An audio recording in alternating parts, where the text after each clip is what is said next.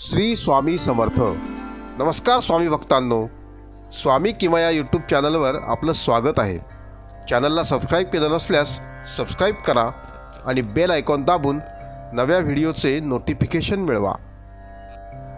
मित्रांनो, सर्वच जण तीर्थयात्रेला जातात। यामध्ये विविध कारणे किंवा प्रकार आहेत।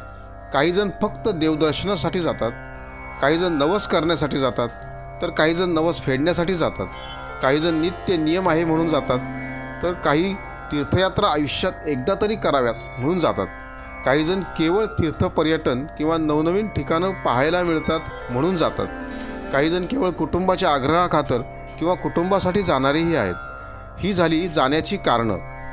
तशा तीर्थयात्राही वेगवेगळ्या प्रकारच्या असतात। यामध्ये नित्य वारी आहे, ज्या ठिकाणी लोक ठराविक कालावधीनंतर सातत्याने जात असतात, जसे की वारकरी पंढरपूर आळंदीला जातात किंवा दत्तभक्त गाणगापूर गिरनार माहूर अशा ठिकाणी जातात।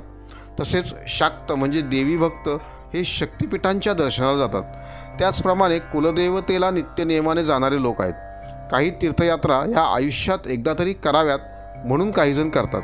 त्यामध्ये 4 धाम, 12 ज्योतिर्लिंग, अष्टविनायक अशा काही यात्रा ठरवून केल्या जातात। त्याचप्रमाणे काही नवनवीन तीर्थक्षेत्रही कालानुरूप उदयाला येत असतात। काही देवतांच्या वार्षिक जत्राही प्रसिद्ध आहेत। त्या ठिकाणी भक्तजन आवर्जून जात असतात। मात्र या ठिकाणी मोठ्या प्रमाणात नवस केले किंवा फेडले जातात। या सर्वांमध्ये केवळ आध्यात्मिक साधनेला पूरक व्हावे म्हणून तीर्थयात्रेला जाणारे फार कमी असतात। बहुसंख्य जनांमध्ये काम्य साधना मोठ्या प्रमाणात केली जाते, म्हणजेच काहीतरी भौतिक इच्छा ठेवून तीर्थाटन केले जातात। या सर्वच भक्तजनांमध्ये किंवा साधकांमध्ये एक अनुभव बहुतेकांना कधी ना कधी आला असेल। हा अनुभव सहसा जे भक्त कोणतीही इच्छा न ठेवता केवळ भगवंताच्या प्रेमापोटी त्याच्या भेटीला किंवा दर्शनाला जातात अशा मंडळींना नक्कीच येतो।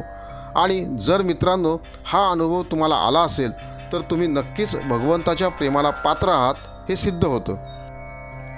यामध्ये काही तीर्थक्षेत्र अशी आहेत की जिथे देवाचे बोलावणे आल्याशिवाय जाता येत नाही।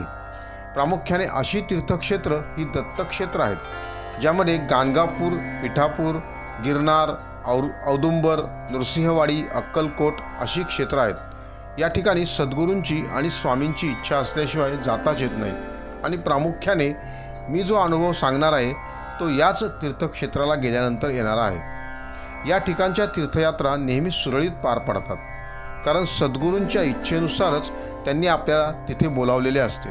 त्यामुळे किरकोळ अडचणी आल्या तरी दर्शनापासून प्रवास वगैरे सर्व अगदी सहज आणि सुलभपणे होते। आपण जो हेतू मनात धरून दर्शनाला गेलेलो असतो तोही सहज पूर्ण होतो। पण यात्रा पूर्ण करून घरी आल्यानंतर मात्र काही ठराविक लोकांना किरकोळ त्रासांना, अडचणींना सामोरे जावे लागते। हे त्रास किंवा अडचणी अनपेक्षित असतात, त्या फारशा त्रासदायक नसल्या तरी मनस्ताप देणाऱ्या असतात। मग घरातली किंवा बाहेरची मंडळी आपल्याला टोकू लागतात, तुम्ही एवढं देवाचं करता तरीही असा त्रास का झाला? देवाला हे दिसत नाही का? तुमच्याच बाबतीत असं का होतं? हे प्रश्न ऐकल्यानंतर कधीकधी आपल्याही मनात संदेह निर्माण होतो।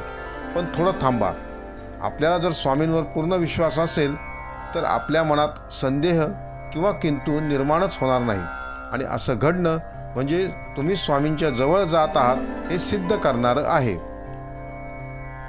मित्रांनो, दैनंदिन जीवनात किंवा तीर्थयात्रा करत असताना आपल्या हातून नकळतपणे काही चुका घडत असतात। कधीकधी आपल्याकडून अनावधानाने कुणाला तरी त्रास होतो। आपलं हे संचित स्वामी दूर करून आपल्या साधनेच्या मार्गातील अडसर बाजूला करण्याचा प्रयत्न करतात। हे किरकोळ त्रास म्हणजे आपले हे संचित कमी करून स्वामींच्या जवळ जाण्याचा मार्ग सुगम करणे आहे। त्यामुळे घाबरू नका, उलट स्वामींना धन्यवाद द्या।